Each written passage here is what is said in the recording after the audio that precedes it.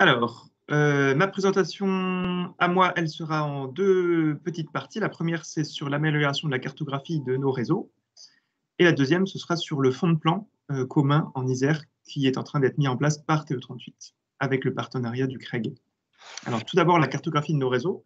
Donc, des petits rappels très, très succincts sur la réglementation. Donc, tous les exploitants de réseau, à partir du moment où ils sont enterrés et qui sont sensibles pour la sécurité, donc ça veut dire le gaz et l'électricité, mais aussi les réseaux de chaleur et certains réseaux de transport de matériaux, de matières, ils doivent fournir une cartographie en classe A à partir du 1er janvier 2020. Donc ça fait déjà un an normalement que ça doit être fait. Pour tout ce qui est des travaux situés dans les zones urbaines. Pour les zones hors zone urbaine, c'est 2026 l'échéance pour ces réseaux. À partir du 1er janvier 2020, donc c'est ce qui se passe aujourd'hui, après cette date, lorsqu'ils reçoivent une DTDICT, il y a trois possibilités qui leur sont laissées. Soit ils font eux-mêmes la localisation des ouvrages présents dans l'emprise des travaux, donc ça veut dire qu'ils vont envoyer leurs propres équipes ou leurs entreprises mandatées pour aller faire le relevé de ces réseaux. Ils disposent alors d'un délai complémentaire de 15 jours pour la réponse à la DTDICT. Soit, deuxième possibilité, ils demandent au responsable de projet, donc la personne qui a fait la DTDICT, de faire des investigations complémentaires. Donc, c'est lui qui va localiser les réseaux. Par contre, il va pouvoir envoyer la facture à l'exploitant, donc à l'exploitant de réseau. Alors ça, c'est des choses qui sont possibles, sauf quand c'est du transport de gaz, d'hydrocarbures ou de produits chimiques. Et puis la troisième possibilité, c'est de demander un rendez-vous sur site pour fournir des informations. Donc en gros, ils vont faire le marquage-piquetage ou le repérage des données. Donc nous, à TE38, on a choisi la deuxième possibilité, donc demander au responsable de projet de réaliser lui-même les IC et de nous envoyer la facture par la suite.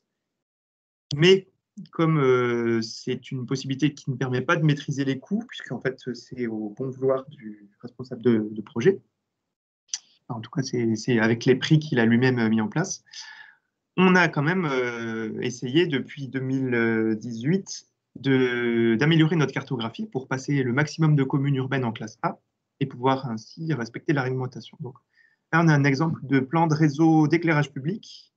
Alors ça, c'est une chose que je n'ai pas précisée, effectivement. Donc nous, on est exploitant d'un réseau d'éclairage public sur à peu près 200 communes en Isère. Et c'est à ce titre qu'on a l'obligation d'améliorer la cartographie. Par contre, tout ce qui est réseau gaz et électricité, c'est des réseaux qui sont exploités par Enedis, GRDF, Greenalp, Primagaz. Et donc, c'est eux qui sont, en tant qu'exploitants, doivent améliorer la cartographie de ces réseaux. Donc, nous, à TE38, on a les réseaux d'éclairage public. Donc là, un exemple de plan de réseau d'éclairage public en classe C, donc tel qu'on les avait jusqu'à très récemment, et encore sur certaines communes. On a une symbolisation qui est avec des traits continus quand c'est de l'aérien, des traits pointillés quand c'est du souterrain. Et donc là, c'est des réseaux très schématiques, puisqu'en fait, entre deux points lumineux, on a uniquement un trait droit, en fait, qui va relier deux points. Et donc, quand on améliore la cartographie en passant en classe A, hop, là, on voit que maintenant, on a nos câbles qui suivent exactement la position réelle du câble sur le terrain. Et puis, on a pu également corriger certains endroits où on avait une mauvaise classification. Par exemple, ici, on a un câble qui est souterrain. Et en fait, dans notre cartographie avant, on avait un câble qui était aérien, ici. Donc là, on voit très bien le passage de l'un à l'autre que voilà, on va pouvoir vraiment améliorer. Également ici, on a un endroit où c'était aérien et en réalité, le câble était souterrain.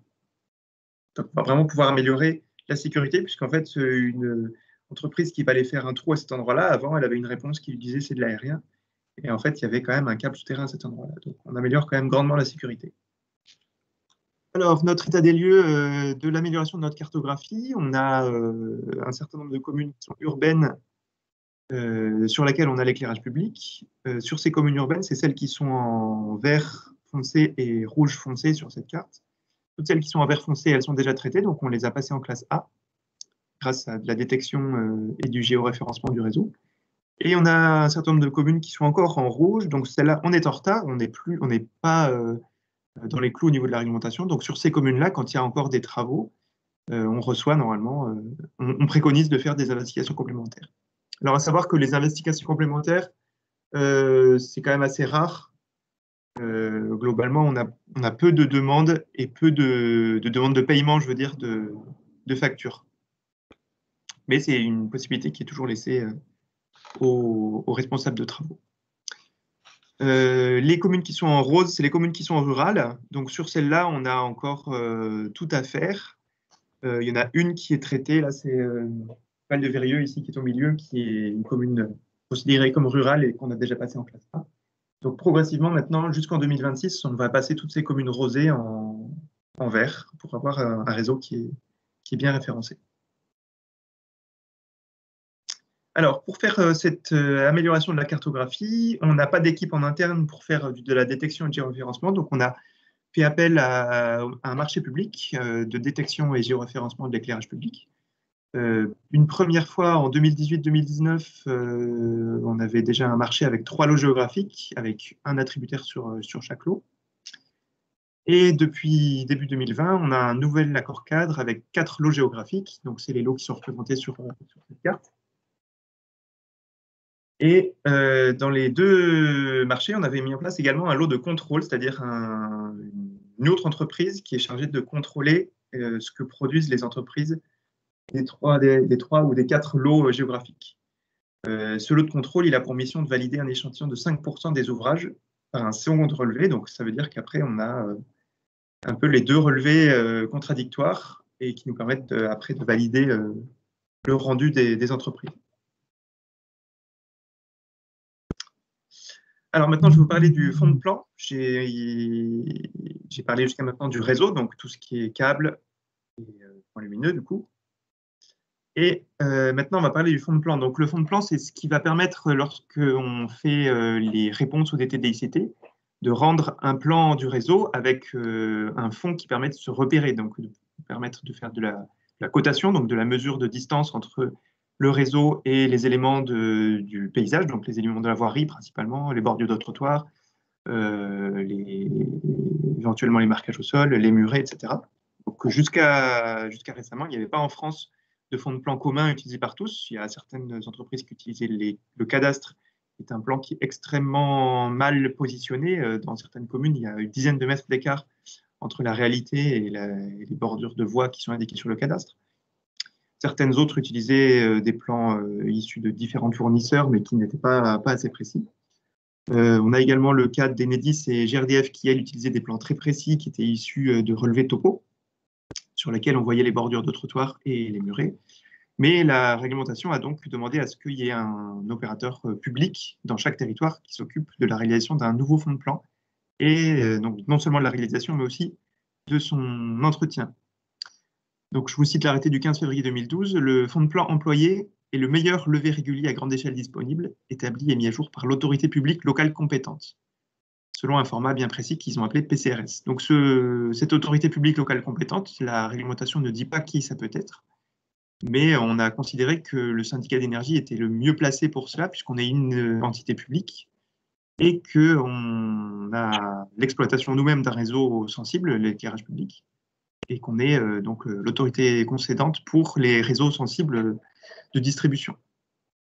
L'idée, c'était que chaque exploitant, d'arrêter que chaque exploitant entretienne sa base de fond de plan et que du coup, il y ait un seul responsable de cette mise à jour.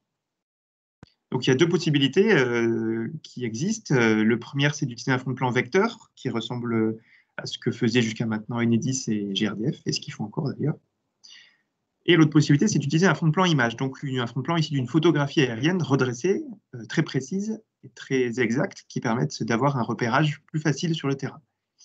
Alors nous, on a choisi cette deuxième option, tout simplement parce que c'est plus rapide, moins cher à réaliser, et également parce qu'on s'est aperçu que pour beaucoup d'opérateurs terrain, l'utilisation d'une photo était plus intuitive pour repérer le paysage, et également que ça permettait d'avoir plus d'objets, puisqu'en fait, dans un plan topo, comme celui de gauche, là, le plan vecteur, on a un choix qui est fait au niveau des objets représentés, alors souvent les bords de voirie, les murets, etc., mais on a aussi certains éléments qui ne sont pas forcément représentés, comme le marquage au sol, la végétation, et ça, c'est des choses qui sont visibles dans une photo aérienne. À partir du moment où elle est mise à jour régulièrement, on va avoir des éléments qui sont facilement repérables sur le terrain et qui permettent de mieux se positionner. Donc, cette photographie aérienne, elle est 25 fois mieux résolue que la prise de vue aérienne actuellement disponible en ISER, c'est-à-dire celle fournie par l'IGN, c'est celle qu'on voit à gauche ici. Le pixel sur cette photo fait à peu près 50 cm.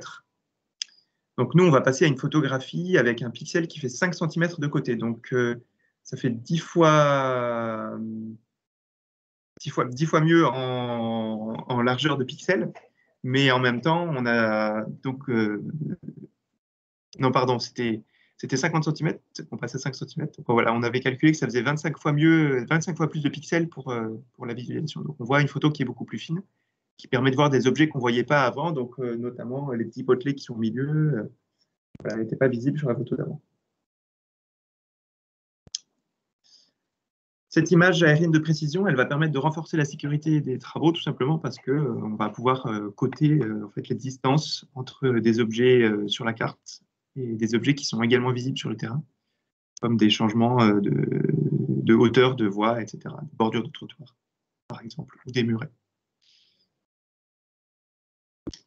Et puis, très important, on a mis en place, donc avec notre partenaire, le CREG, une mise à jour annuelle avec un passage d'un avion qui va aller resurvoler les zones sur lesquelles on nous a signalé des mises à jour. Donc ça va être à l'initiative de tous les acteurs publics du territoire, à partir du moment où ils ont connaissance d'un changement sur la voirie, d'une évolution, ils vont pouvoir nous signaler en fait ça sur une application en ligne. Et après, donc, globalement, une fois par an, au niveau de fin du printemps, début de l'été, le CREG va faire un marché avec un avionneur qui va aller survoler uniquement les zones concernées et refaire une photo qui va après être intégrée. Donc là, on voit le découpage en blanc autour de la zone. C'est uniquement cette zone-là qui va être mise à jour à partir des nouvelles photos aériennes. Donc ça va permettre d'avoir une donnée qui est fiable et qui est mise à jour dès qu'il y a des travaux, dès qu'il y a des évolutions du terrain. Au niveau du financement du projet, donc ça c'est un projet de longue haleine. On a évalué que sur l'ensemble du département de l'Isère, ça coûterait à peu près 2 millions d'euros pour la création de ce fonds de plan. Donc TU38 a choisi de faire l'initiative, de faire l'investissement en fait avec le CREG pour la réalisation et après de demander une contribution annuelle à tous les exploitants de réseau. Donc pour évaluer un peu la contribution annuelle de chaque exploitant de réseau, on a décidé de calculer ça en fonction de la superficie des zones d'implantation des ouvrages qui sont déclarés sur le guichet unique. Vous devez le savoir, quand on déclare des ouvrages sur le guichet unique, on fait une zone en fait de 50 mètres de part et d'autre des ouvrages, qui va faire en fait un polygone, une sorte de patate autour de nos ouvrages. Et en fait, on va calculer la superficie de cette zone-là et la multiplier par le prix au kilomètre carré qui est indiqué à droite là. Donc, quand c'est des ouvrages souterrains, 140 € par kilomètre carré. Et quand c'est de l'aérien, 65 € par kilomètre carré. Donc, cette contribution annuelle, elle va être appelée auprès de tous les exploitants de réseau qu'on a répertoriés. Et à partir du moment où ils règlent cette contribution, ils vont pouvoir accéder à ce fonds de plan et l'utiliser pour leur réponse aux TDICT, mais aussi pour tous les autres usages qui pourraient émerger, repérage de terrain, connaissance de leurs ouvrages, etc.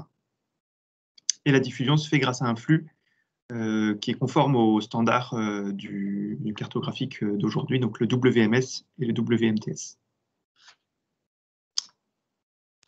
Voilà, je ne sais pas s'il y a des questions rapides sur cette partie-là. On va faire une grosse partie questions après, donc s'il y en a d'autres qui... Merde, là, je ne vois pas de questions qui arrivent sur le... Non, pour l'instant, il n'y en a pas, ouais. D'accord.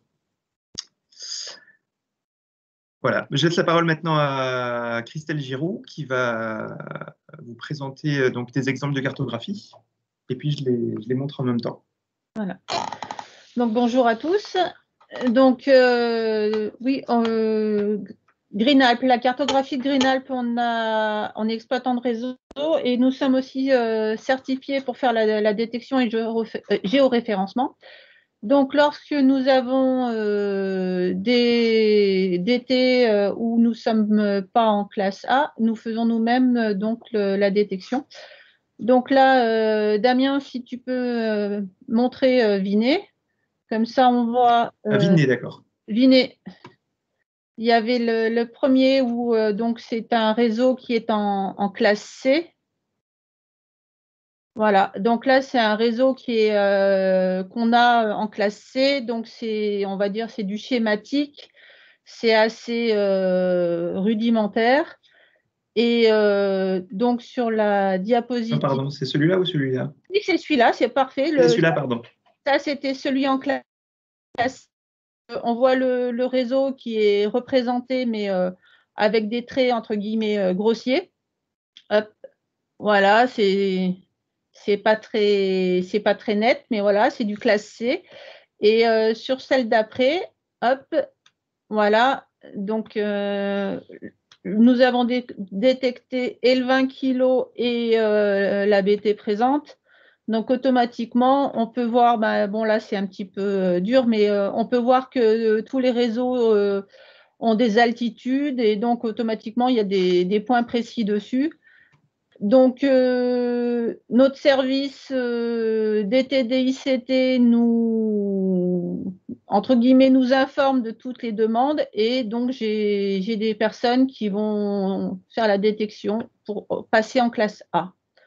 Donc, on voit l'importance du passage en classe A parce qu'entre la schématique du début où on peut être, entre guillemets, à plus d'1 mètre 50, 3 mètres d'écart, on voit l'importance de la classe A pour éviter, surtout au niveau du gaz, les accrochages qu'il y a eu par le passé sur de gros chantiers. Et pour le 20 kg, c'est très important aussi. Voilà. Sur l'ensemble des communes, enfin, sur une bonne partie des communes du territoire 38 au niveau du Nord-Isère, Green-Alpes, on est déjà en classe A. Si tu peux montrer Beaucroissant. Hop, voilà. Alors, voilà, donc ça, c'est les plans qu'on fournit lors des DICT. Et ça fait déjà une bonne dizaine d'années qu'on relève topo et donc c'est en classe A. C'est pareil, donc il y a beaucoup de communes rurales et l'importance, pareil, on a du réseau MPC et enfin, je ne sais pas si Benoît il avait transmis les comment dirais-je, les accrochages, mais on en a très peu là-haut du fait justement de la classe A. Après, j'ai noté tout à l'heure qu'on n'avait pas forcément les mêmes représentations que tu parlais, Damien. Mais bon, à chaque fois, donc nous fournissons sur tous les plans, nous avons une légende et pour que les entreprises qui interviennent puissent bien comprendre le réseau qu'ils ont en face d'eux. Voilà. De même que oui, il y a les échelles qui sont les échelles, comment dirais-je, représentatives pour que le… Graphique. Voilà, graphique. Échelle graphique. Merci. Pour que justement l'ouvrier qui est en train d'intervenir puisse mesurer éventuellement s'il a besoin d'une cotation complémentaire. Voilà. Et puis, donc après, le dernier plan, c'est sur Grenoble. Voilà. Donc, Grenoble, Green-Alpes, c'est gaz et électricité. Donc, nous avons un petit peu plus de monde. Donc, c'est pour ça que nous avons détaillé, lorsqu'il y a beaucoup de fourreaux, on a pris l'habitude de détailler l'importance de la nappe et éventuellement Vas-y, si tu peux zoomer encore un tout petit peu. C'est pas évident de se faire aider comme ça à distance. Donc voilà, un peu plus sur la droite, si tu peux. Voilà, top. Donc voilà, là en bas, vous pouvez apercevoir, donc on a plusieurs, une nappe donc de 2 câbles et un fourreau. Et donc Green-Alpes détaille l'intérieur pour que les gens savent ce qu'ils trouvent sur place. Voilà. D'une manière générale, les entreprises n'ont pas trop de soucis avec nos plans, mais bon, s'il y a des gens de chantier, ils savent qu'on est toujours à même de répondre lorsqu'ils n'arrivent pas à lire un plan. Voilà. Donc, ben, voilà ce que je pouvais dire concernant les plans de Greenalp. Après, est-ce que tu veux qu'on passe au questionnaire, Damien? Oui, on va essayer. Pas de raison que ça aille pas.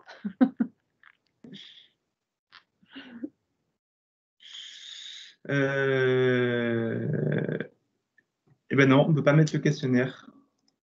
Ah, bon. Donc, on peut poser les questions oralement, peut-être que ça peut… Oui, il n'y a pas de souci. Alors, donc, on avait fait un petit quiz. Donc, imaginons, vous avez un plan tout réseau. Est-ce que vous pouvez vous en servir comme une DICT? Alors, vous avez multi-réponse, soit A, oui, soit B, non.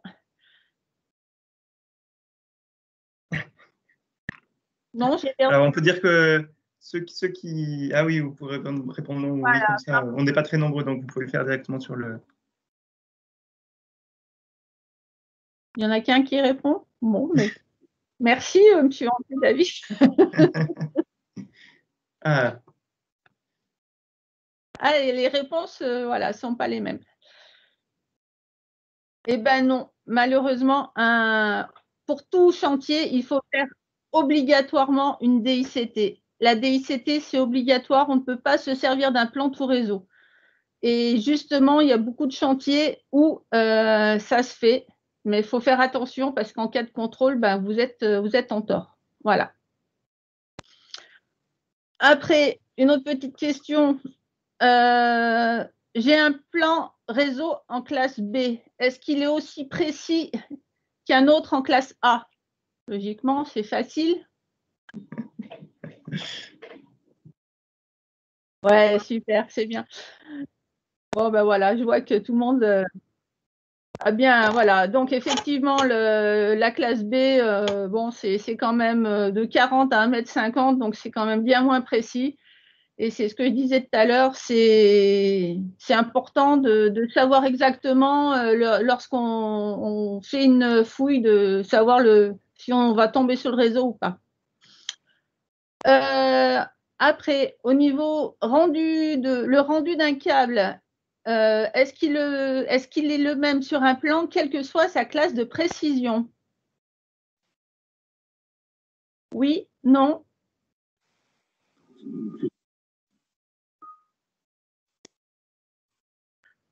Bon, effectivement, le rendu doit être différent de manière à ce que lors de la lecture du plan, la personne puisse tout de suite savoir si le plan il est en A, enfin si le réseau est en A, en B ou en C. Voilà.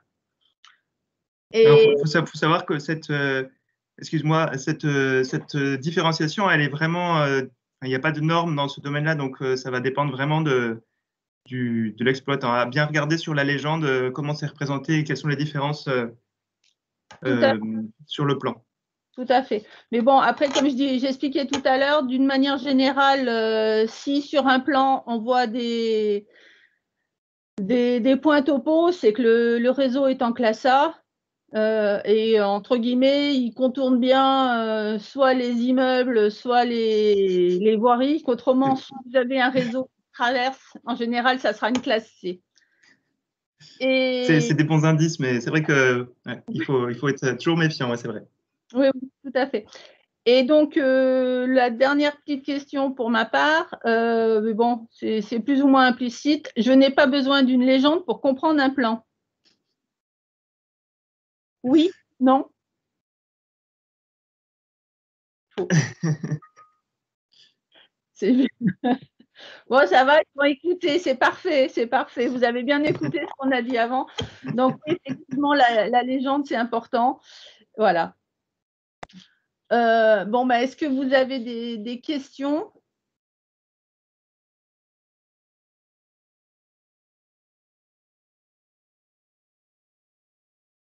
Bon, bah, écoute. Alors moi j'ai une question peut-être pour les participants. Si, je ne sais pas si certains d'entre vous sont exploitants d'un réseau, qui soit un réseau sensible ou non en fait. Alors à part ceux qui font partie de l'organisation, hein, les gens de GRDF, Enedis, Greenalp, c'est pas la peine forcément de répondre, mais les petites collectivités en particulier, les communes, les EPCI, est-ce que vous avez des réseaux en propre que vous exploitez?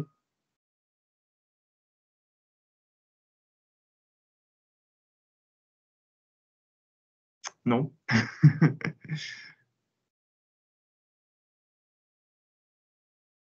Bon, bah, à première vue, non.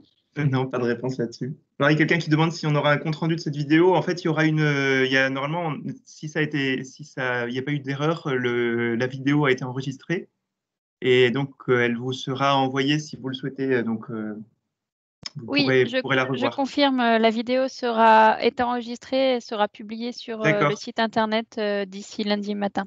Ah, sur le site internet. Très bien. Oui. Merci, Lucie. Bonjour, j'ai une petite question, Philippe Zuccarello, Pancherry. Par rapport à la présentation sur le PCRS et justement donc le choix d'images aériennes, donc c'est très bien.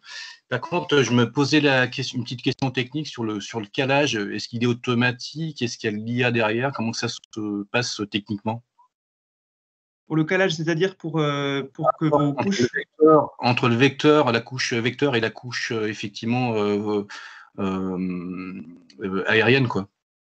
Alors, les données, c'est des données cartographiques SIG, donc elles sont projetées dans une projection officielle. Hein, c'est en Lambert 93, c'est la projection officielle de France. Donc, normalement, si vos données sont dans un logiciel qui gère les projections, elles vont se caler automatiquement bien dessus, quoi. Ça veut dire quand l'appareil, l'avion prend les prises aériennes, les photos, oui. C'est directement calé ou c'est après calé à la main ou je sais pas Non, alors là, c'est une bonne question. En fait, il y a toute une chaîne de production. Les avions, ils font le survol à peu près en mai-juin. Et en fait, il faut presque 6 mois pour que les photos soient disponibles, calées et redressées, retraitées pour qu'elles soient bien visibles. En fait, il y a toute une manip à faire qui demande à utiliser. Donc, l'avion, il prend des photos les unes après les autres. En fait, toutes ces photos sont assemblées, elles sont redressées en utilisant un modèle de terrain, donc un modèle 3D qui reprend le relief. Il y a aussi des points de repère qui sont mesurés avec un GPS de très haute précision à certains endroits et qui vont permettre de recaler l'ensemble. Et puis, il y a des énormes calculs qui sont faits avec des gros ordinateurs pour aller recaler tous les pixels en fait, des images aux bons endroits. Ce qui fait que ouais, il faut à peu près 6 mois de traitement entre la prise de vue de départ et la fourniture finale des données qui sont après fournies sur un serveur spécialisé de cartographie, quoi, qui est hébergé par le CREG, notre partenaire.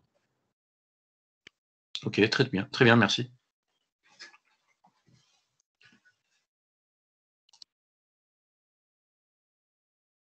Donc toutes les communes de l'Isère sur lesquelles c'est TE38 qui est l'autorité organisatrice de l'énergie, vont avoir accès à cette photo aérienne gratuitement. En fait, elles vont bientôt être contactées pour leur proposer des conditions générales d'utilisation qu'elles auront qu'à signer pour avoir ensuite un accès à cette photo. Par contre, pour tous les autres acteurs, qu'ils soient publics ou privés, du département. Alors, il y a aussi le conseil général, enfin le conseil départemental qui aura l'accès gratuit à ces données.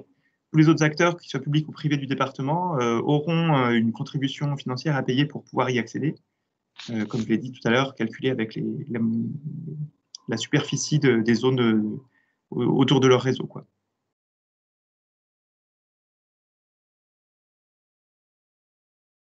Alors, est-ce qu'il y a d'autres questions qui émergent dans la salle?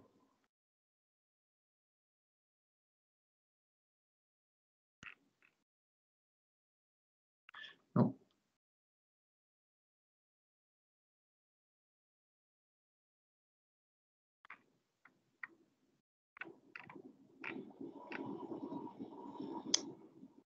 Bon, bah écoutez, merci à tous pour votre participation. On n'était pas très nombreux, mais j'ose espérer que le sujet vous a intéressé quand même. On vous proposera donc de diffuser la vidéo si vous le souhaitez à vos collègues ou à vos correspondants. Oui, bah, merci. C'est rassurant. C'est un peu délicat de faire un exercice comme ça en virtuel parce qu'on a moins de retours en fait sur les réactions des participants pour voir La si ça les intéresse réactivité. surtout. Donc, Ah ouais. voilà, merci, là, ça fait du bien d'avoir des retours. Ah, Bonne journée à Attends, tous. Juste Et puis, pour n'hésitez pas à nous préciser, recontacter si vous avez des questions ou des compléments à nous demander. juste pour préciser, Damien, qu'il y a un Oui. autre atelier qui suit et il Oui. faut bien se reconnecter avec un autre lien. Oui. Merci, Voilà. Catel. voilà. À 11h30, hein, il débute. Voilà. À tout à l'heure. Là, c'est la pause. Merci. Merci à tous. Au revoir. Merci. Merci.